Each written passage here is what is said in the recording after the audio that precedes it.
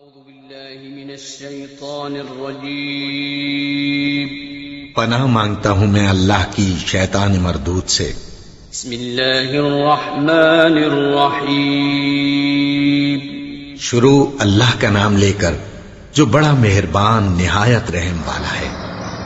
أعوذ بالله من الشيطان الرجيم بسم الله الرحمن الرحيم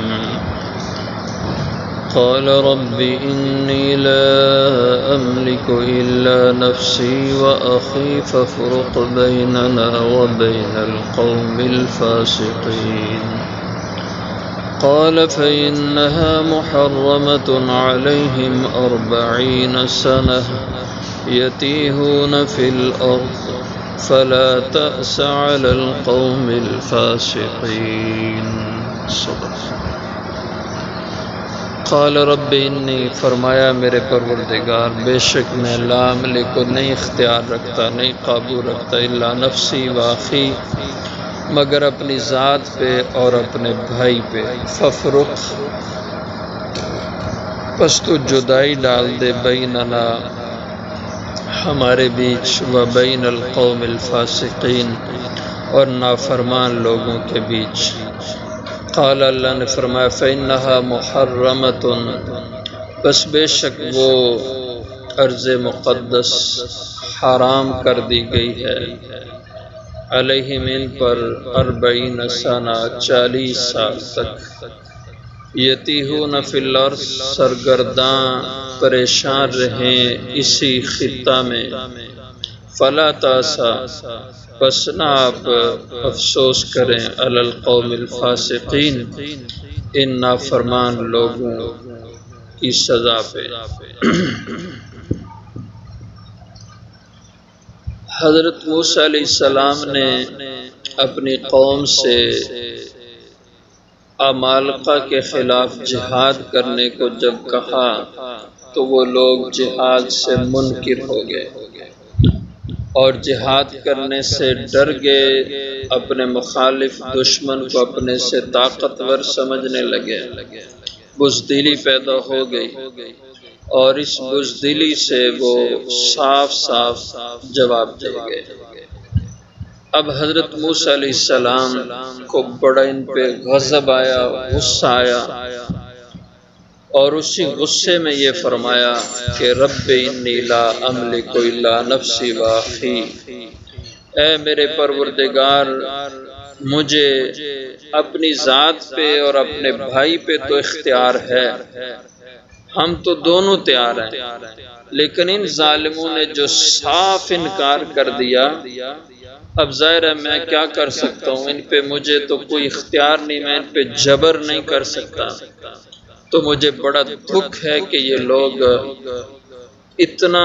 کچھ اللہ کی طرف سے آسائشیں پا کر کے بھی اللہ کے حکم ماننے کو تیار نہیں۔ اس لیے حضرت موسیٰ علیہ السلام نے غصے میں اور غضبناک حال میں فرمایا فَافْرُقْ بَيْنَنَا وَبَيْنَ الْقَوْمِ الْفَاسِقِينَ، اے پروردگار پس جدائی ڈال دے ہمارے اور ان فاسق نافرمان لوگوں کے درمیان، کہ ہمیں ان سے الگ کر دے، ہم ان کے ساتھ رہنا اب مجھے برداشت نہیں ہو پا رہا۔ اس سے ظاہر ہوتا ہے کہ دینی غیرت انسان میں ہونا چاہیے کہ جو لوگ ظالم ہوں اور جو شریعت کے دین کے باغی ہوں، ڈھٹائی سے دین کی مخالفت کریں، تو انسان کو ان کے اس عمل سے نفرت ہونا چاہیے اور اس پہ اس کے اندر غیرت پیدا ہونی چاہیے۔ جیسے حضرت موسیٰ علیہ السلام نے فرمایا کہ بس اللہ برداشت نہیں ہوتا، ان کو ہم سے جدا کر دے، یا دوسرے مفہوم اس کے فَافْرُقْ بَيْنَنَا وَبَيْنَ الْقَوْمِ الْفَاسِقِينَ کہ اللہ ہم میں اور ان میں اب فرق واضح ہو جانا چاہیے کہ جو ہم میں سے تعریف، توصیف اور ثواب کا مستحق ہے اس کو ثواب دینا چاہیے، تیری طرف سے مل جائے اس کو، اور جو مذمت اور سزا کا حقدار ہے وہ بھی واضح ہو جانا چاہیے اور اس کو تیری طرف سے سزا ملنی چاہیے۔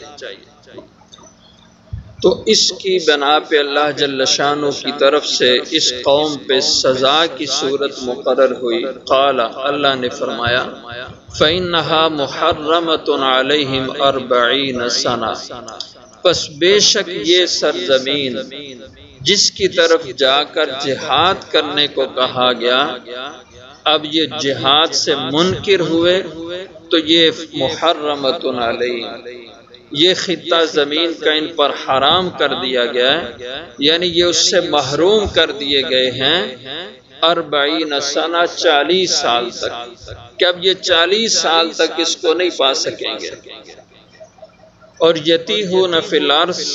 یہ یوں ہی سرگرداں پریشان گھومتے رہیں گے فی الارض، اسی زمین کے ٹکڑے پر، اسی خطے میں۔ اور ایسا ہی ہوا کہ اللہ نے پھر ان کو محصور کر دیا اس وادی تی میں، آج کل جس کو وادی سینا کہا جاتا ہے، یہیں پہ یہ محصور کر دیے گئے، اور 40 سال تک ان کو اللہ نے یہیں پہ بند کر دیا۔ اور اس وادی سے نکلنے کے لیے چلتے تھے، سفر کرتے تھے، صبح کو سفر شروع کرتے، اور جب پچھلا پیر تھک جاتے تو کہتے کہ چلو اب آرام کر لیتے ہیں، اگلی صبح کو پھر آگے سفر شروع کر کے اس وادی سے نکل جائیں گے۔ لیکن جب صبح ہوتی تو پھر یہ وہیں کے وہیں پہ رہتے۔ تو 40 سال تک اللہ نے ان کو یوں ہی اس جگہ پہ رکھا، لیکن اس کے باوجود اللہ کی نعمتیں ان کے اوپر ہوتی رہیں، دنیا کی آسائشیں اللہ ان کو دیتے رہے۔ اس سے آپ اندازہ کر سکتے ہیں کہ دنیا کی آسائشوں کا ملنا یہ کوئی اللہ کی رضا اور پسندیدگی کا معیار نہیں ہے کہ یہ بندہ اللہ کا پسندیدہ بندہ ہے، اللہ کا پیارا بندہ، اس لیے اللہ اس کو نعمتیں دے رہے ہیں، ایسا نہیں ہوتا۔ دیکھیں انہوں نے کس قدر اللہ کی بڑی نافرمانی کی۔ اللہ کے پیغمبر کو صاف صاف جواب دیا کہ تو جا اور تیرا رب جائے، جا کے لڑو، ہم تو نہیں لڑ سکتے۔ لیکن اس کے باوجود 40 سال اس وادی تی میں ہیں، اور برابر ان کو آسمان سے من سلوا ان کو ملتا رہا، آسمان سے کھانا ان کو ملتا رہا، اور ان کے لیے اللہ نے روشنی کا انتظام کیا۔ جیسے رات ہوتی، سورج غروب ہوتا، تو ان کے لیے اس میدان کے اندر ایک روشنی کا مینارہ وہ طلوع ہو جاتا، اور ساری رات اس کی روشنی ان کو ملتی رہتی تھی۔ اور اسی طرح پانی کے چشمے پتھروں سے اللہ نے ان کے لیے جاری کر دیے، کھانے کا انتظام، پینے کا انتظام، اور دن کو دھوپ ہوتی تو سائے کی ضرورت ہوتی تو بادل آ جاتے تھے، اور بادل ان پہ سائبان کی صورت آ کے سایہ کرتے تھے۔ اتنی آسان، بغیر محنت کے، کوئی مزدوری کاروبار نہیں کرتے تھے، 40 سال اللہ نے ان کو کھلایا پلایا۔ اس سے اندازہ کریں کہ یہ دنیا کا ملنا یہ کوئی معیار نہیں ہے کہ اللہ اس پہ خوش تھا تو اللہ نے اس کے اوپر بڑا کرم کیا، اس کو بھاگ لگا دیا، جیسے ہمارے لوگ کہتے ہیں او جی اللہ کا بڑا کرم ہے فلانے کے اوپر، کہ مال و دولت ہم اس کو دیکھتے ہیں کہ اس کے پاس بڑی دولت ہے تو اللہ کے بڑے کرم ہے اس کے اوپر۔ یہ کوئی کرم کی بات نہیں ہوتی، یہ کبھی آزمائش ہوتی ہے، اللہ کی طرف سے ڈیل ہوتی ہے۔ تو نافرمانی کی اور 40 سال تک عیش بھی کی۔ یتیہون فی الارض، فرمایا یہیں پہ سرگرداں اور پریشان رہیں گے، کھانا پینا سب کچھ ملے گا لیکن سکون نہیں ملے گا۔ 40 سال پریشان رہے لیکن من سلوا بھی کھاتے رہے، اور اللہ کے دیے ہوئے پانی سے پیتے رہے، اللہ کا سایہ اس میں مزے لیتے رہے، روشنی کے مزے لیتے رہے، اور کوئی دنیا کی نعمت کی انہیں مشکل نہ تھی۔ ان کے بچے پیدا ہوتے تو بعض روایتوں میں آتا ہے کہ لباس سمیت بچے پیدا ہوتے تھے، بچہ بڑا ہوتا جاتا، کپڑے بھی ان کے بڑھتے جاتے تھے اور میلے کو چیلے ہوتے ہی نہیں تھے، نہ کپڑے دھونے کا سیاپا زاب، نہ کوئی مشکل، ایسے عیش، لیکن ذہنی سکون نہیں تھا۔ یتیہون فی اللہ، فرما سرگرداں اور پریشان رہیں گے اسی خطے میں، ایک دائرے میں۔ یہ اس کا کم و بیش جو طول و عرض تھا اس وادی کا، 36 میل اس کی لمبائی تھی اور 24 میل اس کی چوڑائی تھی۔ بس اس دائرے میں اللہ نے ان کو بند کر دیا۔ بعد نے اس سے چھوٹا اس کو بتلایا، اس میں بند رہے۔ اور پھر ایک روایت میں آتا ہے 40 سال جب گزر گئے تو اس کے بعد پھر حضرت موسیٰ علیہ السلام نے ان کو ساتھ لیا اور قوم عمالقہ کی طرف گئے۔ اب 40 سال میں جو پرانے بابے تھے وہ مر کھپ گئے، جنہوں نے غلامی کی زندگی پائی تھی نا فرعونیوں کے پاس، وہ غلامانہ ذہنیت نے ان کو باغی شریعت کا بنایا۔ جہاد سے وہ لوگ ڈر گئے۔ جب نئی جنریشن آئی وہ جوان ہوئے، پرانے مر کھپ گئے، بزدل جو تھے۔ اب نئی جنریشن حضرت موسیٰ کے ساتھ چلی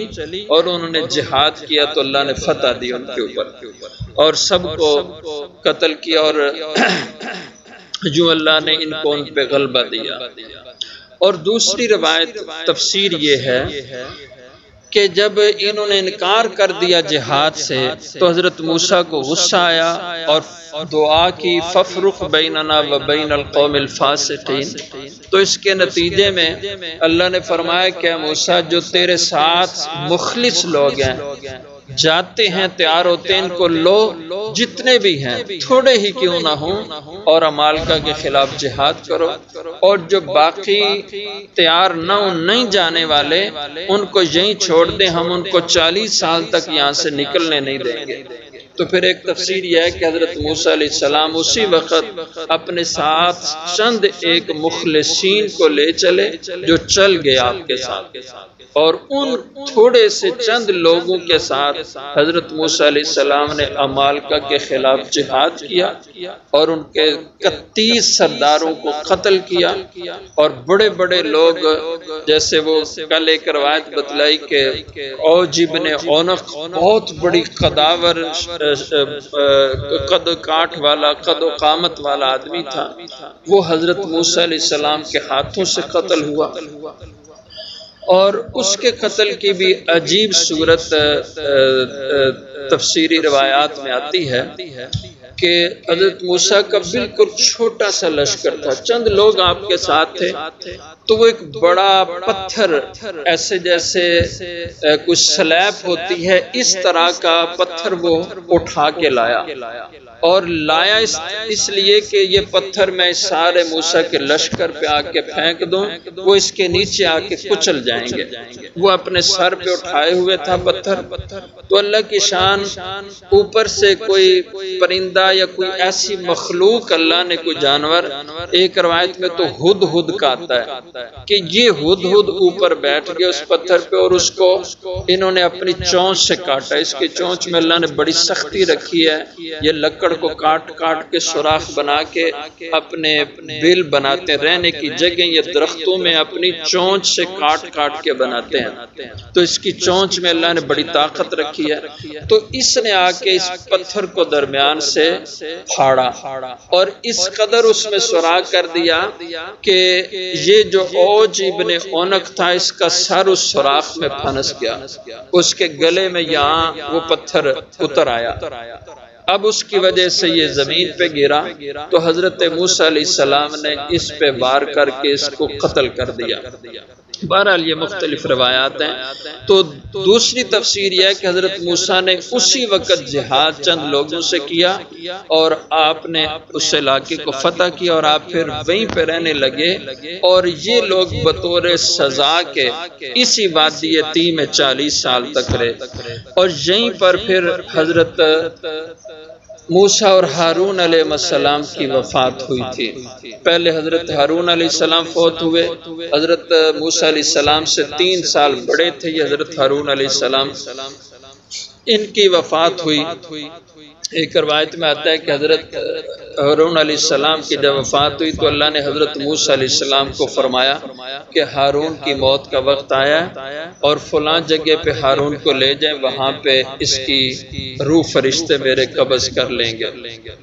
اور موسیٰ علیہ السلام ان کو لے کے ایک طرف گئے، ایک پہاڑی کے دامن میں پہنچے، وہاں ایک بہت بڑا درخت عجیب قسم کا، آج تک آپ نے ایسا نہیں دیکھا تھا۔ اس درخت کے قریب گئے، اس کو دیکھے کیسا خوبصورت۔ جب اس کے پاس گئے تو وہاں ایک مکان تھا اور وہ مکان بھی عالی شان تھا۔ اس مکان میں داخل ہوئے تو ایک تخت اس کے اندر بچھا ہوا تھا اور اس پہ قالین بہت خوبصورت اور خوشبو اس میں مہک رہی تھی۔ تو حضرت ہارون علیہ السلام نے فرمایا کہ میرا جی چاہتا ہے کہ میں اس جگہ کچھ دیر کے لیے آرام کر لوں۔ تو حضرت موسیٰ نے فرمایا آرام کر لو، لیٹ جاؤ اس تخت پہ۔ تو حضرت ہارون علیہ السلام اس تخت پہ لیٹے، حضرت موسیٰ علیہ السلام بھی ان کے ساتھ لیٹ گئے اور نیند کی حالت میں ہی حضرت ہارون کی موت ہو گئی۔ حضرت موسیٰ علیہ السلام اٹھے تو حضرت ہارون کو دیکھا وہ تو فوت ہو چکے ہیں، تو سمجھ گئے کہ اللہ کا حکم یہیں پہ ان کی موت کا تھا، اس لیے مجھے کہا کہ ان کو اس طرف لے چلیں، تو یہ ان کی موت کی جگہ مقدر تھی۔ تو جب حضرت موسیٰ علیہ السلام واپس اکیلے اپنے لوگوں کے پاس آئے تو یہ بڑی بدبخت قوم تھی یہودی، تو انہوں نے کہا کہ موسیٰ تو نے ہارون کو خود قتل کر دیا، اس لیے کہ ہم ہارون سے محبت کرتے تھے، ہارون ہم سے محبت کرتے تھے، تو تجھے اس پہ حسد آیا تو تو نے اس حسد کی وجہ سے ہارون کو مار دیا۔ وہ فرمایا بدبختو ظالمو، ہارون میرا سگا بھائی ہے، میں بھائی کو کیسے اپنے ہاتھوں سے مار سکتا ہوں؟ کہا ہم تو نہیں مانتے، تم یہی جہاں سے ان کو تندرست لے کے گئے تم نے خود مار دیا۔ بڑے پریشان ہوئے، یہ بدبخت لوگ ہیں۔ تو 2 رکعت نماز پڑھ کے اللہ سے دعا کی کہ یا اللہ اس جو بات ہے حقیقت ہے اس کو ان لوگوں ظالموں کے سامنے کھول دے۔ تو آپ نے جب دعا کی 2 رکعت پڑھ کے تو اللہ تعالیٰ نے وہی تخت جس پہ حضرت ہارون کی وفات ہوئی اور وہ تخت حضرت موسیٰ کے سامنے ہی آسمان پہ اٹھا لیا گیا تھا، آپ کی دعا سے وہ تخت پھر اللہ نے زمین پہ بھیجا۔ تو ان کی قوم کے لوگوں نے دیکھا حضرت ہارون علیہ السلام کو فوت شدہ حالت میں، تو پھر ان کو اطمینان ہوا کہ ان کی موت اللہ کے حکم سے آئی ہے، موسیٰ علیہ السلام نے قتل نہیں کیا۔ تو یہ حضرت ہارون کی وفات پہلے ہوئی اور اس کے بعد حضرت موسیٰ علیہ السلام کی وفات بھی یہیں پہ ہوئی۔ اور حضرت موسیٰ علیہ السلام کی وفات کے بارے میں بھی ایسی بات ہے کہ آپ ایک دفعہ گھر سے باہر اپنی آبادی سے جا رہے تھے تو ایک مقام پہ دیکھا کہ فرشتے ہیں، وہ ایک قبر کھود رہے ہیں اور قبر تیار ہو چکی ہے اور قبر میں انتہائی نورانیت، رونق اور قبر خوشنما ہے کہ دیکھنے کو جی چاہتا تھا، ایسی اندر سے قبر ہے۔ تو حضرت موسیٰ علیہ السلام نے فرمایا کہ یہ قبر تو بہت کسی خوش نصیب آدمی کی ہے، بہت کوئی اللہ کا نیک بندہ ہوگا جس کی یہ قبر ہوگی۔ تو فرشتوں نے کہا بالکل ایسے ہے کہ یہ بہت بڑا خوش نصیب ہے کہ جس کی یہ قبر ہو سکتی ہے، اللہ نے ہمیں یہ قبر ایسے ہی بنانے کو کہا۔ تو فرشتوں نے کہا کہ اے موسیٰ آپ نہیں اللہ کے پاس جانا چاہتے؟ فرمایا ہاں اللہ کے پاس جانا چاہتا ہوں۔ تو انہوں نے کہا کہ اگر یہ آپ کی قبر ہو جائے تو فرمایا میں تو چاہتا ہوں کہ ایسی مبارک قبر اللہ مجھے دے دے۔ تو فرشتوں نے کہا آئیے آپ لیٹیے قبر کے اندر، دیکھیے یہ کیسی آرام دہ جگہ، کتنی اچھی جگہ ہے۔ تو حضرت موسیٰ علیہ السلام قبر میں اترے، لیٹے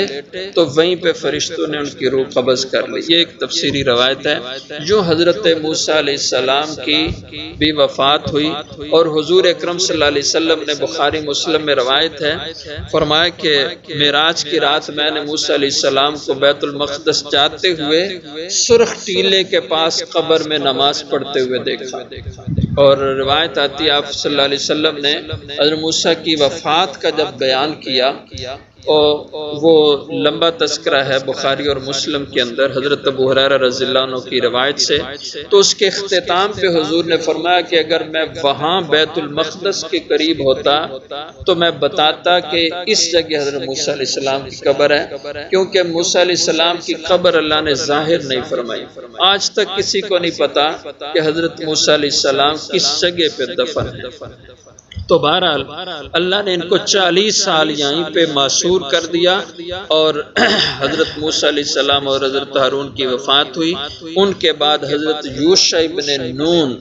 کو اللہ تعالیٰ نے پیغمبر بنایا، اور ان کے بعد پھر حضرت مالب یا کالب جو ان کا نام آتا ہے ان کو اللہ نے پیغمبر بنایا۔ تو جب یہ لوگ جو سزا میں بند ہو گئے، معصور کر دیے گئے، تو اب حضرت موسیٰ علیہ السلام کو خیال آیا، تو دل میں ایک افسوس یا حسرت پیدا ہوئی کہ میں نے کیوں ان کے لیے بد دعا کی اور یہ سزا میں یوں یہاں پہ بند ہو گئے۔ تو اللہ نے فرمایا کہ ایسے بدبختوں کو تو سزا ملنی چاہیے، فَلَا تَعْسَ عَلَى الْقَوْمِ الْفَاسِقِينَ، اب آپ ان کی سزا پہ افسوس نہ کریں، یہ تو اس سے بھی بڑی سزا کے حقدار تھے۔ تو اس لیے فَلَا تَعْسَ عَلَى الْقَوْمِ الْفَاسِقِينَ، پس نہ آپ دکھ کریں، افسوس کریں، پشیماں ہوں عَلَى الْقَوْمِ الْفَاسِقِينَ، فاسق لوگوں کی اس سزا کے اوپر کہ یہ تو اس کے حقدار تھے، بلکہ اس سے بھی زیادہ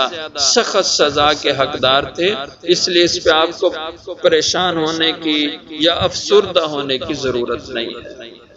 تو یہ بنی اسرائیل یہود کا تذکرہ اس پہ مکمل ہوا۔ آگے حضرت آدم علیہ السلام کے 2 بیٹوں کا تذکرہ آ رہا ہے اگلی آیت میں انشاءاللہ۔